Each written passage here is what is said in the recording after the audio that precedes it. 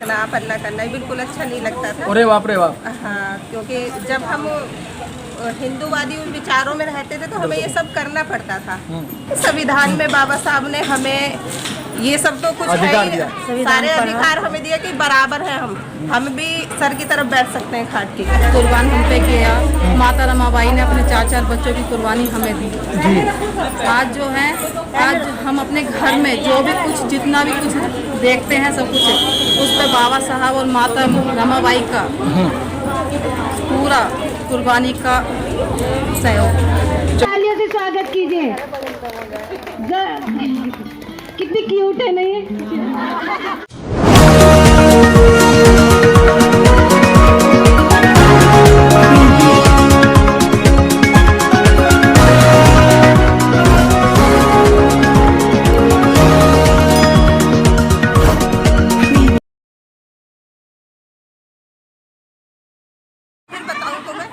Nation news India में आपका हार्दिक स्वागत है। और आज कार्तिक मास की चतुर्थ अमावस्या के दिन आज एक त्यौहार मनाया जाता है। कुछ लोग इसे रूढ़िवादी कहते हैं, कुछ अंधविश्वास कहते हैं, और कुछ हमारे यहाँ जो महिलाएं जो बैठी हैं और महिला अच्छी अच्छी पोशाक पहन के बैठी हैं, ये सिरे दे रही हैं बाबा साहब को, डॉक्टर भीमराव अंबेडकर को सिरे दे रही हैं, गौतम बुद्ध को सिरे दे रही हैं। हमारे बीच में है सुशीला जी, महासचिव हैं। तो आइए हम इनसे जानकारी लेते हैं। मैडम, आज आप खुश नजर आ रही हैं या ऊपरले मन से खुश हैं या मतलब एक दिखावा पेश कर रही हैं आप? नहीं है, ऊपर से मन से खुश नहीं है, साड़ी पहनी हम तो सारे ही अंदर से खुश है, तभी तो ऊपर से खुश नजर आ रहे हैं। जब से इस मिशन में आए बाबा साहब के, तो तब से ही बहुत खुश है, क्योंकि जो हमारी प्रॉब्लम थी वो सब सॉल्व हो गई। क्योंकि हमें मुंह ढकना पन्ना करना बिल्कुल अच्छा नहीं लगता था। अरे बाप रे बाप। हाँ, क्योंकि जब हम हिंदुवादी विचारों में रहते थे तो हमें ये सब करना पड़ता था। क्योंकि जब हम किसी भी धर्म को मानते हैं तो उसके विचारों को भी मानना पड़ता है। अब हिंदू धर्म में तो हमारे यही है ना कि बहू मुँह ढकेगी, पल्ला करेगी, उसके सामने नहीं बैठना, खाट के सर की तरफ नहीं बैठना, पैरों की तरफ बैठना है। और ये सब जो समस्याएं हमारी थी ना, ये हमें बाबा साहब के मिशन में आके सब दूर होगी। इसलिए हम बाबा साहब के मिशन में आके, क्योंकि फिर मिशन में आके हमें पता लगा कि संविधान में बाबा साहब ने हमें ये सब तो कुछ है ही, सारे अधिकार हमें दिया कि बराबर है, हम भी सर की तरफ बैठ सकते हैं खाट के। तो घूंघट करने में क्या परेशानी है? अब घूंघट करने में तो परेशानियाँ।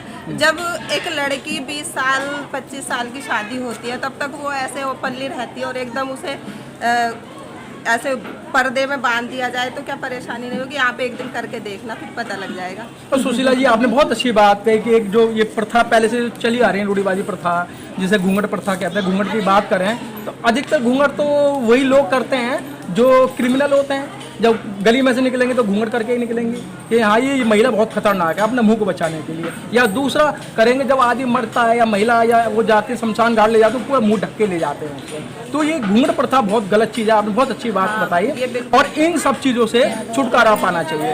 अब कब सीखें और आपके ये ध्यान में कब आया? जब हम इस मिशन में आए तो हमने ये सब सीखा।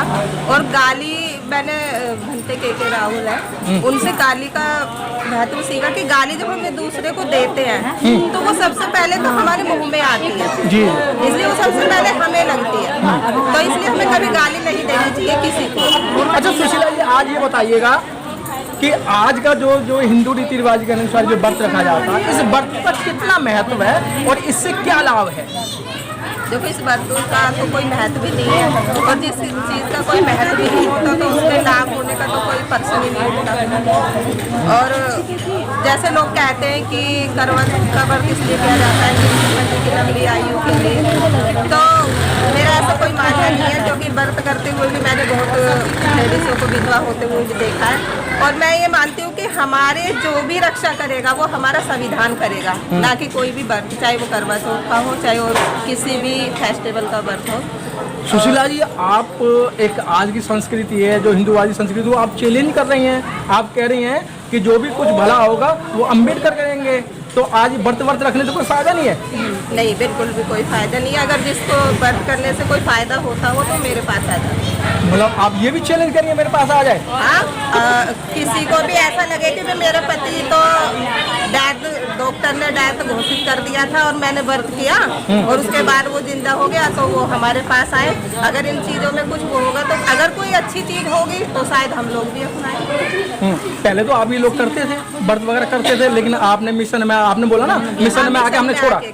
क्योंकि पहले हम इसलिए करते थे ना, क्योंकि मैंने बताया ना आपको कि हम हिंदू धर्म में थे और हमने शुरू से यही सीखा और यही पढ़ा, क्योंकि बाबा साहब के बारे में कभी ना स्कूल में पढ़ाया गया ना कॉलेज में पढ़ाया गया। जी जी जी जी। इसलिए हमें पता ही नहीं था कि ये सब है या नहीं है, क्योंकि फिर बाद में हमने बाबा साहब के बारे में पढ़ा तब हमें सच्चाई नजर आई कि हाँ, और अपने आप से भी एनालाइज किया कि इनमें तो कुछ भी नहीं है। सुशीला जी, आपने बहुत अच्छी बात कही कि अगर हम सरस्वती की पूजा करते हैं, भारत के अंदर सरस्वती की पूजा हो रही है, लेकिन शिक्षा कहाँ है? अमेरिका के अंदर। लक्ष्मी की पूजा हम भारत के अंदर कर रहे हैं और सबसे पैसा कहाँ है? जापान के अंदर। जब इन लोगों की यहाँ पूजा पाठ किया जा रहा है, यहाँ कुछ नहीं मिल रहा, तो इन्हें पूजने से कोई फायदा नहीं है। कोई फायदा नहीं है, क्योंकि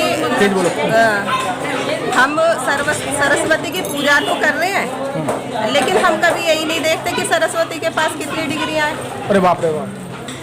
हम तो बस एक उसमें चले आ रहे हैं कि किसी ने कह दी और मान ली, हमने अपना दिमाग तो यूज ही नहीं किया। और जो लोग इस चीज़ को यूज करते हैं अपने दिमाग को, तो वो कभी नहीं मानते कि ज्ञान की देवी जो है सरस्वती। हम ज्ञान की देवी माता सावित्री बाई फुले को मानते हैं, क्योंकि उन्होंने हमारे लिए प्रथम से शिक्षिका रही और हमारे लिए शिक्षा के द्वार खोले और उन्होंने स्कूल का निर्माण किया।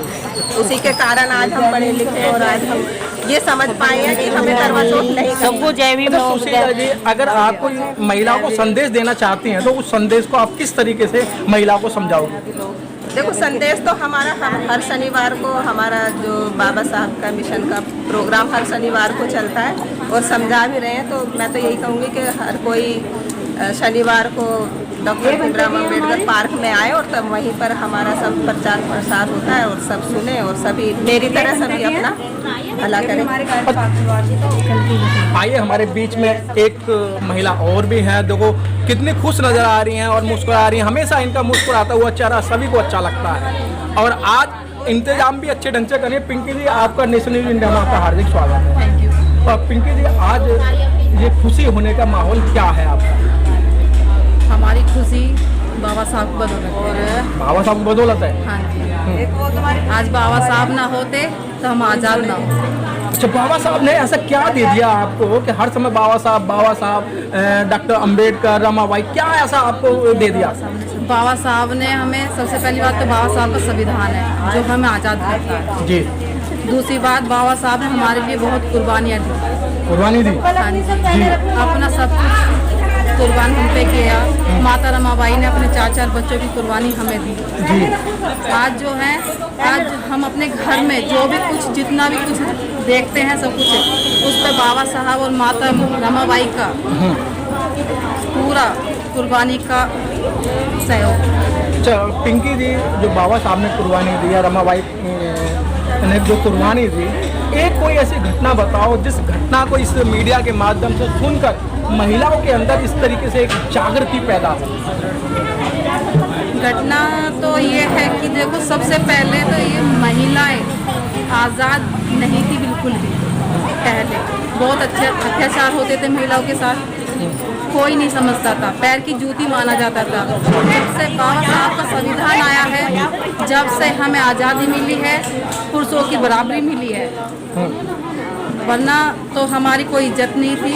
आज बाबा साहब के संविधान की वजह से हमारी बहुत इज्जत है। और मैं तो ये कहती हूँ, पूरे देश की क्या विश्व की हर महिला को बाबा साहब के अनुयायी होना चाहिए, वरना किसी का कुछ नहीं, ना कोई पूजा पाठ करनी चाहिए किसी औरत को, ना कुछ पूजा करो तो बाबा साहब की करो। आज हम पढ़े लिखे हैं तो माता सावित्रीबाई फुले की वजह से पढ़े लिखे हैं। अच्छा वो पिंकी जी, मुझे लगता है जैसे मैंने पढ़ा है, अगर बाबा साहब ने सबसे ज़्यादा काम किया तो महिलाओं के लिए काम किया। हाँ जी, बोलिए। बाबा साहब ने जो भी कुछ किया, बाबा साहब ने किया हमारे लिए। बाबा साहब की वजह से ही हम आज़ाद हैं। आज बाबा साहब ना होते तो हम आज़ाद ना हो। अच्छा, हिंदू कोड बिल भी महिलाओं के लिए लाए थे। जब बाबा साहब मंत्री थे, जब हिंदू कोड बिल की बात करें, जब उन्होंने बात नहीं मानी तो उन्होंने वो त्याग पत्र दे दिया कि भाई जो मैं महिलाओं के लिए काम कर रहा हूँ, जो महिला जो यहाँ की जो एक जननी कहा जाता है और जिनके माध्यम संसार चल रहा है, अगर उन्हीं को इज्जत नहीं मिलेगी तो मैं ऐसे मंत्रालय में क्या करूँगा। मतलब कि ये है, बाबा साहब ने हमारे लिए अपना मंत्री पद भी छोड़ा। अगर वो बच्चों की कुर्बानी भी दी और वो चाहते तो लंदन में रह करके अपनी ज़िंदगी बहुत अच्छे से काटते। जी जी। उनके साथ पूछते भी आराम से बैठे खाती कितना कुछ होता, लेकिन उन्होंने हमारे लिए सब कुर्बान कर दिया। तो आप महिलाओं को क्या संदेश देना चाहती हैं जो अंधविश्वास में है कि नहीं, आज अगर मैं इस मटके की और अगर मैं चंद्रमा को अर्घ नहीं दूंगी तो मेरे पति को कुछ भी हो सकता है, तो उन महिलाओं को क्या संदेश देना चाहती हैं?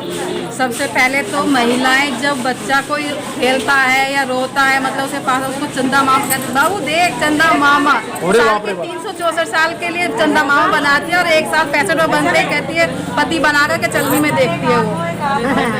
मतलब क्या कह रही हैं, मतलब 364 दिन चंद्रमा मामा होता है। हाँ, या 365वें दिन उनका पति बन जाता है। बाप रे बाप, लेकिन ये दोहरी नीति। हाँ जी, ये अच्छी बात थोड़ी है भाई। वैसे बनाते हो उसको भैया, फिर उसको पति बना लेते हो 365वें दिन, ये गलत है। हर महिला को ये करवा चौथ का व्रत नहीं करना चाहिए, तो छोड़ देना चाहिए। और बाबा साहब ने एक हमको हर समाज की महिला को आज़ादी दी है। आज जो हर अच्छे कपड़े पहनती है, अच्छे मतलब स्टाइल से रहती है, वो सब बाबा साहब की बदौलत रहती है। अच्छा पिंकी जी, एक चीज और देखा है कि सारे व्रत जो ये महिलाओं के ही कब्जे में हैं, और ये मतलब एक भी व्रत ऐसा नहीं है जो पुरुषों के कब्जे में हो, जिसे कि वो एक व्रत रख ले और महिला को ठीक भी आ जाए। औरत को असल में क्या गुलाम माना जाता है। हाँ जी, हाँ। इसलिए सारे काम सब औरतों को थोप दिए जाते हैं, तुम ही करती रहो, तुम ही लगी रहो, हम आज़ाद हैं। लेकिन आज बाबा साहब ने हमें सबको बराबर कर दिया, आदमियों को भी और महिलाओं को भी।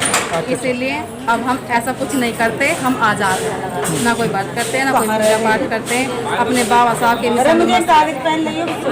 बहुत बहुत धन्यवाद। अच्छा सुशीला जी, ये बताओ, आपसे जुड़ने के लिए अगर कोई बाहर की महिला आपसे जुड़ना चाहती है, आपके संगठन से जुड़ना चाहती है, तो वो कैसे जुड़ें? कैसे जुड़े?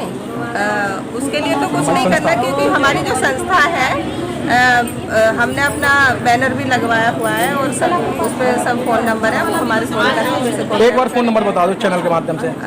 9718867645।